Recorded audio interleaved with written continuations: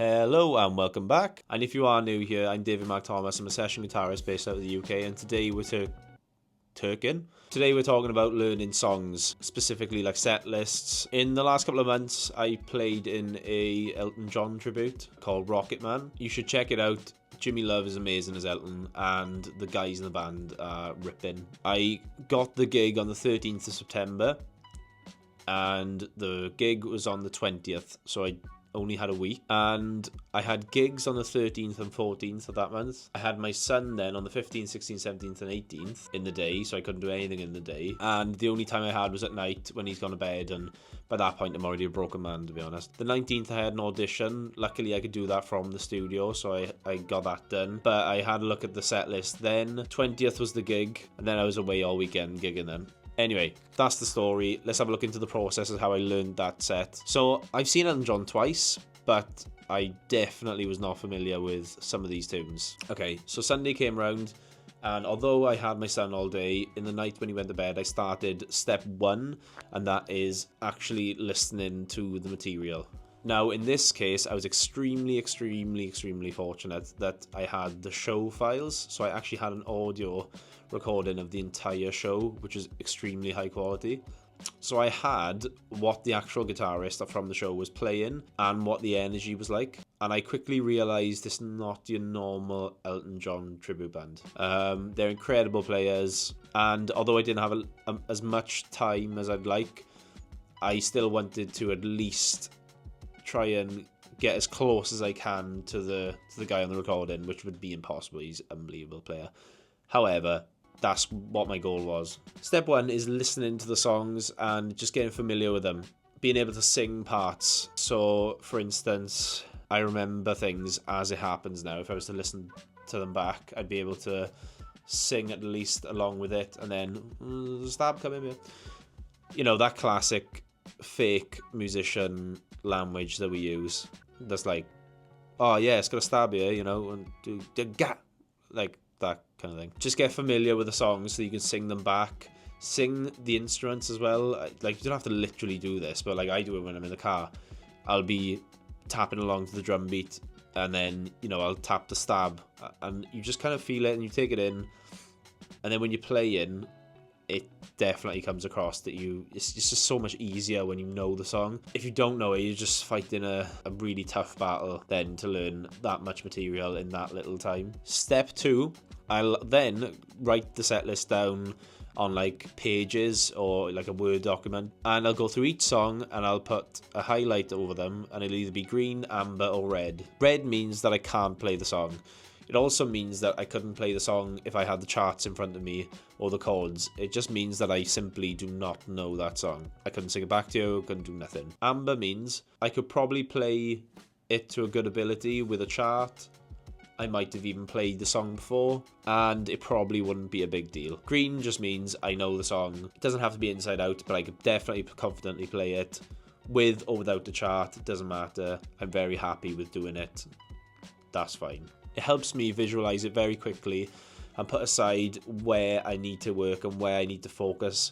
And it looked like a lot of the first set I was a little bit better with, and then the second set it kind of just dropped off. And at this point I will be very harsh with myself. There might be songs that are like, oh, actually I do know a little bit of that, but I'll put it in red because I you know, it's just something that you can visualize so that you can focus on, and you can really start to then hone in.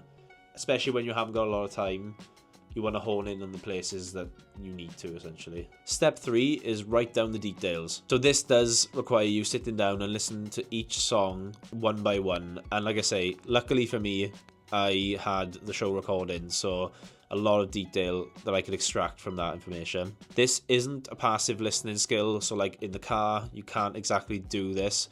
It has to be an active listening session where you sat there with maybe a pen and paper, just something. You have to be aware of everything that's happening in the song, so you have to be just sat there listening to it and just taking it in. So one night I went through every song and wrote down everything that was specific to the guitar part, anything I noticed. And for instance, I remember in The Bitch Is Back there's a guitar line that stood out like a sore thumb, and I was like, yep, okay, need to learn that because that sounds like it's a big part of the show. Just get it on your fingers, remember it's there, remember where it is. So just write it down. Whichever way is comfortable for you, write it down.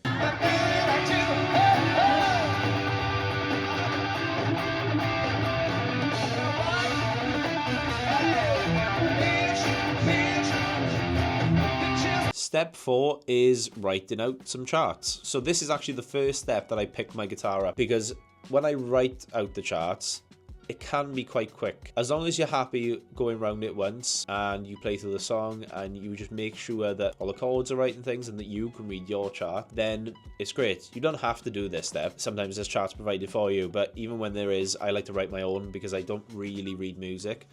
And I think it would just be, I don't know, confusing to others. I've got an example here, 2 seconds. So I just did a Britney Spears tribute again. I'll have like a folder like this. They're still up actually from the last gig. Yeah, so I've got like a big folder, and then what I'll do is, let me just do, say, for instance, Overprotected. This is what my kind of Mickey Mouse charts look like. You can see they've got chords, they've got color markings for the structures.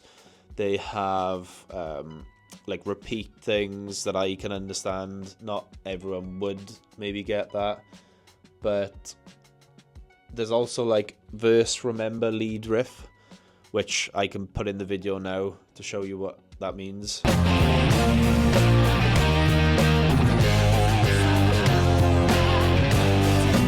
Verse 2, 3, 4.